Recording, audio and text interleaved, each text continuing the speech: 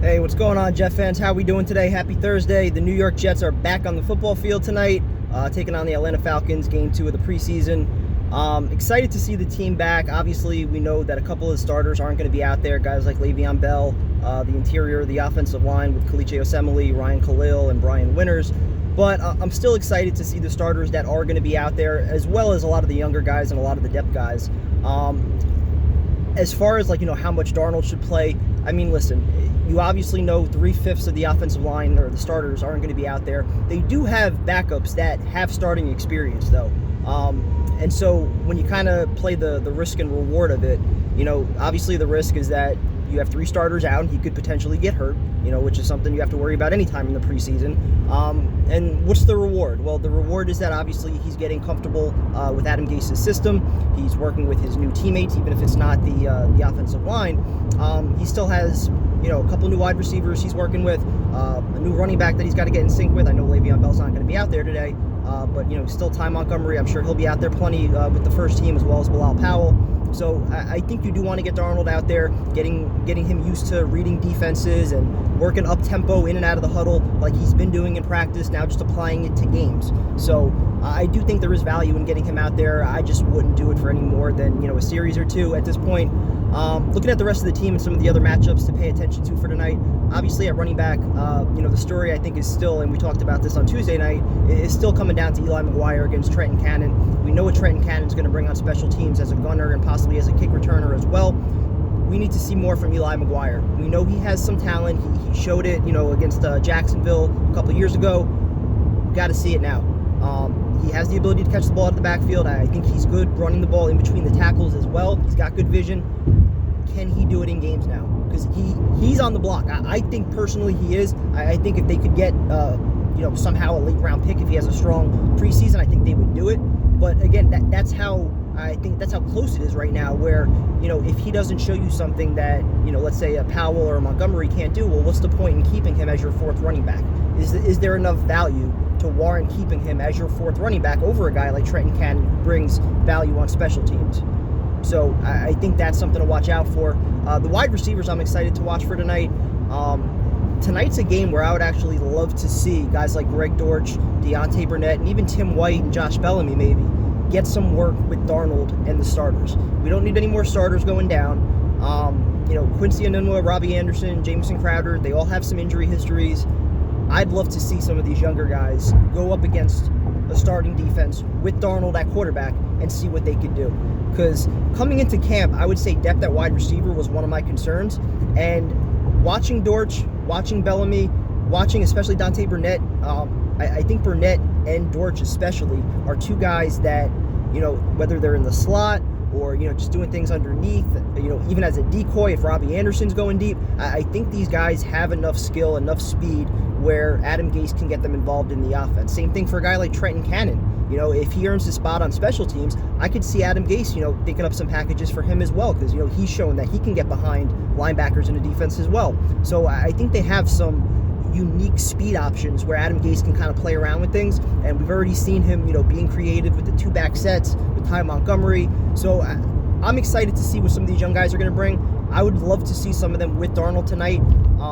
So that would be awesome to watch. Going to the defense a little bit, we know what's going on with the cornerbacks, and I'm going to get into that a little bit more later on, in regards to McCagnon. But looking at the cornerback situation, or the secondary as a whole, I should say, if you're talking about having the starters out there, and I know Tremaine Johnson, he's going to be out, I think it's week to week right now, with the hamstring, and obviously as you get a little bit older and you hit 30, recovering from those injuries becomes a little bit more difficult. But if Tremaine Johnson is healthy, I have all the faith in the world that between him, Darryl Roberts, and Brian Poole, with Marcus May and Jamal Adams at safety, and again, that is the most important thing, having a healthy Jamal Adams and a healthy Marcus May. Because if you have that, and you assume the pass rush is going to be improved, the combination of Greg Williams plus what Quinnen Williams is going to help bring to Leo, you brought back Henry Anderson. You got C.J. Mosley as your anchor in the middle, as the linebacker, the Mike linebacker, the leader of the defense now. You have a leader on each level of the defense. Jamal, C.J., and then if you want to call Leo or McClendon even, I would say Leo is probably going to be the anchor going forward if he has a big year. I'd be shocked if he wasn't extended. I'm shocked to see so many people that want to trade him because we've all heard interior pressure. That's how the Jets want to get after the quarterback. Well, you have Henry Anderson and you just drafted Quinnen Williams. You figure those guys are going to free up Leo from double teams that he's had. So I think it makes all the sense in the world to want to keep Leo here long term. I'm not looking to trade him. Even if it was for a guy like Trent Williams, I wouldn't do it. The only way I'm trading for Trent Williams, and I know this is going a little bit off topic for a second, but I've seen all the trade rumors with Trent Williams. I think it makes a lot of sense for the Jets. But here's the thing. You have a quarterback right now that is on his rookie contract, right? That is such a rare luxury, especially when you feel confident that he is the guy and he's capable of potentially winning this year, right? We saw the way he played at the end of last season. If he can bring that to this season with what we assume Adam Gase is going to get out of him and the improved talent around him. So now you're talking about a 3 to 4 year window to win. And if that window is 3 to 4 years until you have to pay Darnold what's inevitably going to be, a $40 million per year contract. We see Dak Prescott asking for it already. Now is the time. If they're going to make a move for Trent Williams, now would be the time to do it, I think. You look at Beachum right now as your left tackle. He's got 1 year left on his contract. So beyond this year, you really don't know what you have there. You have Brian Winters and Kalichi Osemele, both who don't have guaranteed money for next year. Same thing with Ryan Khalil. He's a free agent at center. And Brandon Shell is a free agent at right tackle. So there's a lot of work that needs to be done, yes, on the offensive line, just for the future, I would say. And you can rip McCagnon all you want for that. That's fair. But the offensive line for this season, I think, is going to be good. And on top of that, how many teams around the league have 3 starters that they can plug in? Tom Compton was a starter for the Vikings last year at guard. Alex Lewis, he started some games for Baltimore at guard. And Jonathan Harrison, Sam Darnold's best stretch of the season was with Jonathan Harrison at center the last 4 games of the season last year. So to have that kind of depth on the offensive line, I think it's a little bit underrated. And that's kind of eased me a little bit. When it comes to the offensive line as a whole, I think their starting unit could actually be above average if everybody's healthy. And the fact that you do have 3 starters as your depth, plus Chuma Edoga. And I'll say this about Edoga. I don't want to see him on the field this year. I think he's got a little bit of ways to go, but he's got ridiculously quick feet. I know we've touched on that a lot. And I think he's going to be a very solid pass blocker. I don't know how he's going to do as a run blocker, but he needs to fill out his body a little more. And I kind of liken him early on. I know maybe not the talent is as high or the ceiling is as high, but I liken him a little bit to DeBrickashaw Ferguson when he was drafted back in, 2007 or 2006, where coming out, he kind of had the body type of a tight end. I think he weighed, 250 or 260 when he was drafted? He was an athletic guy, and he was more of a pass blocker. He was, that was what his game was. He was the anchor as your left tackle, as your pass blocker, right? And in the run game, he struggled a little bit early on. And then after a couple of years, he filled out, he put on some mass. And, for a couple of years there, we had one of the best offensive lines in football. So I think we know Joe Douglas is going to emphasize the offensive line. That's going to be his priority. And I'm glad because, I touched on this in a few videos ago where Joe Douglas really came in at the perfect time, where he doesn't have to do the dirty work to add a quarterback. He doesn't have to find weapons because he's got weapons already. The move for Khalil, you can almost say it stabilized the offensive line in a way. He has a lot of depth at running back. He's got a lot of depth, I think, on the defensive line. I like what they have at linebacker. So you look at all these things, and here's where the rant comes in now. And I still have a few other things I want to talk about the team and about tonight. But here's where the rant has to come in. You go to Twitter right now. You search up Mike McCagnon's name. And again, I hate talking about this. I've tried not to. I've gone out of my way to try not to talk about it. You can check the YouTube page from when we first started. All my videos used to be on Mike McCagnon, right? And how he was building the team for sustained success, right? He sacrificed the losses. He took the bullets over the last couple of years to build a sustained winner. And that's why I gave him the benefit of the doubt. And you look at this core right now, you can't tell me that this isn't the core that can be a sustained winner. We have a franchise quarterback for the first time in God knows how long. Right? And I don't want to go through every single move, but you can't deny that when you talk about Mike Maccagnan, right, especially on Twitter, the Twitter geniuses, the Twitter GMs out there, right, the only time his name gets mentioned on Twitter is when Derek Jones gets cut, Jeremy Clark gets cut, another mid-round pick gets cut, a kicker misses a kick. Those are the only times you hear players linked to Mike Maccagnan. Yet, do we realize that 95% of this roster is his? So, when a Greg Dortch makes a play, why is that not, oh, Mike Maccagnan found a nice undrafted kid? When Robbie Anderson's been making plays for the last 3 years, why is that not Mike Maccagnan found a nice gem as an undrafted free agent? So again, perspective. That's all I ask is perspective. If you're going to say Maccagnan's name every time that a late round pick gets released, then mention his name for the goddamn franchise quarterback that we have. Mention his name for the offensive talent that we haven't had in freaking years. And that's another thing. We said it the entire offseason, right? We've been a franchise that for so many years under Rex, under Bowles, the emphasis has been what? It's been on the defensive side of the ball, right? And that needed to change, especially now that we have a quarterback. So we knew that needed to change. They can't keep emphasizing defense in an offensive league. The hiring of Adam Gase was a great start. And then, look at everything they added between Bell and Osemele and Crowder. So, the whole point I'm trying to make is that, we're complaining about depth on the offensive line when they still have 3 starters that are backing up. We're complaining about depth in the secondary. Well, do we want starters backing up every single position on this team? I mean, what are the realistic expectations that we were expecting for the roster this year? What were we truly expecting? What team out there, can get 2 injuries in the secondary or on the offensive line and roll out another couple starters? How many teams can actually do that? And again, how many teams have the talent that we have in our core right now? There aren't many. Answer me this. How many teams have added more talent over the last 3 years than the Jets? You could probably count them on one hand. Maybe the Cleveland Browns. Other than that, I mean, who really jumps out as adding more talent than what the Jets added over the last 3 years? Between the quarterback, between the safeties, between Leo and Quinnen, between CJ and Bell. And I don't care that it was free agency or the draft or the first round. He got lucky. They fell in his... I don't care.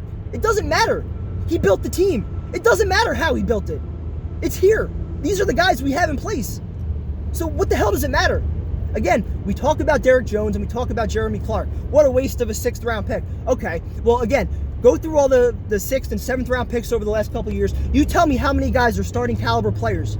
Tell me how many are starting. And by the way, I bet you'll conveniently leave out that Darryl Roberts was a 7th round pick by the Patriots, claimed by Mike Maccagnan, developed on the team for the last 3 to 4 years, and now he's our starting cornerback opposite Tremaine Johnson, right? But we don't link that player to Mike Maccagnan, do we? We don't. We don't link Henry Anderson for a 7th round pick to Mike Maccagnan. We don't link any of those guys to Mike Maccagnan. Chris Herndon in the 4th round, Jordan Jenkins in the 3rd round, who had 8 sacks last year, Brandon Copeland, who we signed for peanuts, who's now probably going to be starting opposite Jordan Jenkins. All these guys. And yes, there have been misses. Absolutely there has. His inability to draft better in the mid to late rounds is absolutely a reason that we are having this discussion about the lack of depth. I'm just saying, keep it in perspective. What's more important, depth or a franchise quarterback? Depth or playmakers? What wins the Super Bowl? A quarterback and head coaching? Or an entire coaching staff? Or depth? Special teams? I'm sorry, I know those things are important. I know they can impact games. We've seen them impact games. But we talk about those things at like a 20-to-1 ratio when it comes to Mike Maccagnan. And for the life of me, I'll never understand it. Because what general manager in our history has put together a core like the one we have now, especially on the offensive side of the ball, and especially with a franchise quarterback? You can't tell me that this team is not set up for a decade of sustained success if Joe Douglas does his job. You can't tell me that.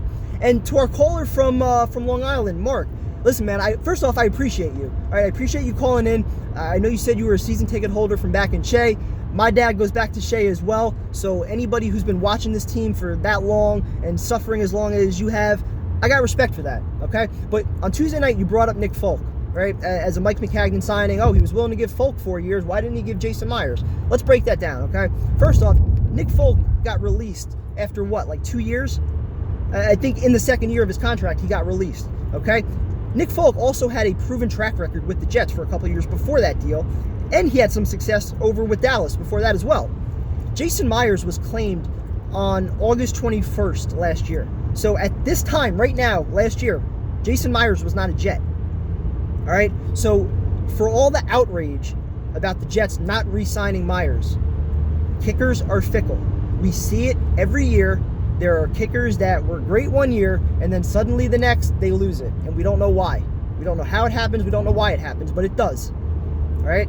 And I'm not saying I wouldn't have liked Jason Myers back just to have the security, but it's not like we missed out on Myers and then we signed a bunch of backups.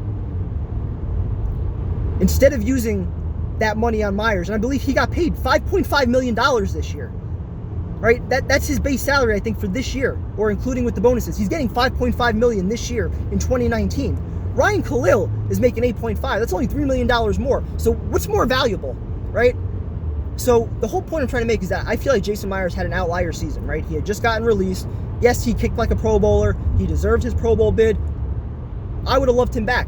But at 4 years, $15 million, to say that was a good contract, that's tough. I don't know. You can sign a veteran kicker that can come in and get that done. And I hope Joe Douglas does it, because I don't think Taylor Bertolette's going to be the answer. I'd still like to see them bring in Ross Martin for some more competition.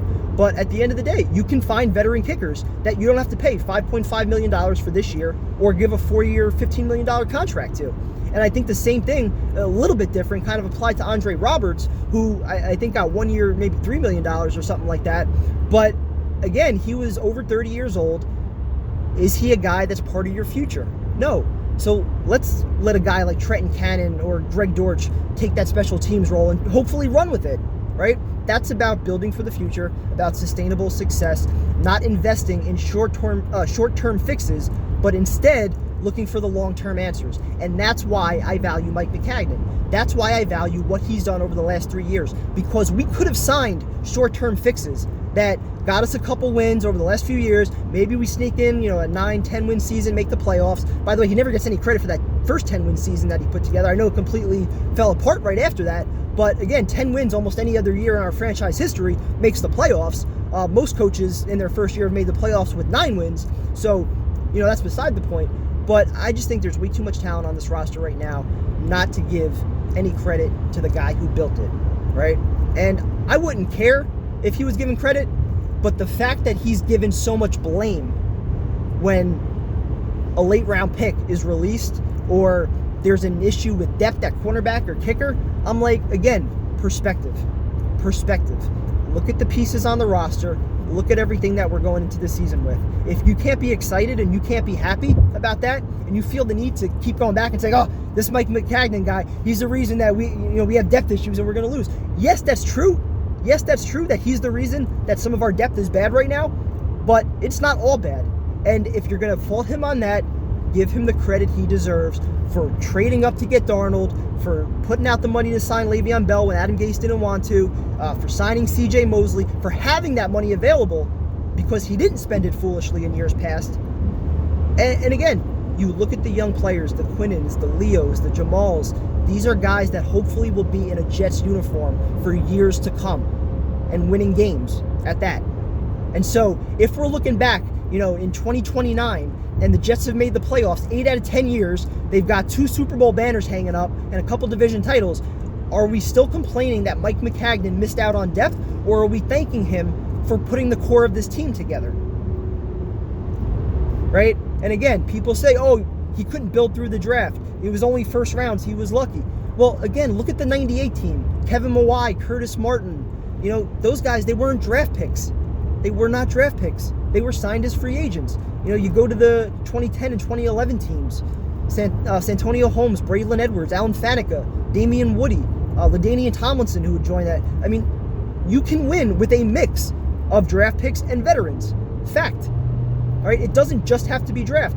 And another thing, again, like you can sign guys off waivers, or guys that are entering their second year, maybe they had a slow start to their NFL career, and maybe you hit lightning in a bottle with guys like Henry Anderson and Brandon Copeland. But again, those guys don't get talked about as being Mike Maccagnan players. Only the draft picks that don't work out are linked to him. And I hope you guys can see that. If you don't see it, go on social media, go on Twitter, search his name, look at the latest tweets. You will not see one tweet thanking him for the quarterback, thanking him for the running back, thanking him for any of the 95% of the players that are on this roster. But you will see a million tweets that are killing him for the kicker, that are killing him for the depth at cornerback, and that are killing him for the offensive line. Again, keep perspective. So that's my rant for this one. That got a little bit long. But anyway, I'm driving home right now, so I'm excited to see the game tonight. Biggest thing, again, just hope for no injuries. Hope everyone gets out of this thing healthy, and we get to week one, with our quarterback and everybody else fully ready to go. So hopefully some young guys step up today. Again, try to keep it in perspective with the game as well, because we don't know what the coaching staff wants to show. We don't know who they want to get a look at in what situations, what the play calling is going to be like, if they're, showing plays that they're going to be using in the regular season. There's so much that we don't know about the regular season, or about what they're calling in the preseason games. So try to keep some things in perspective tonight, but I'm still excited to see these young guys out there. I hope they shine. I hope they take advantage of this opportunity. Go Jets. I'll probably do a recap right after the game, so talk to you guys soon. Go Jets.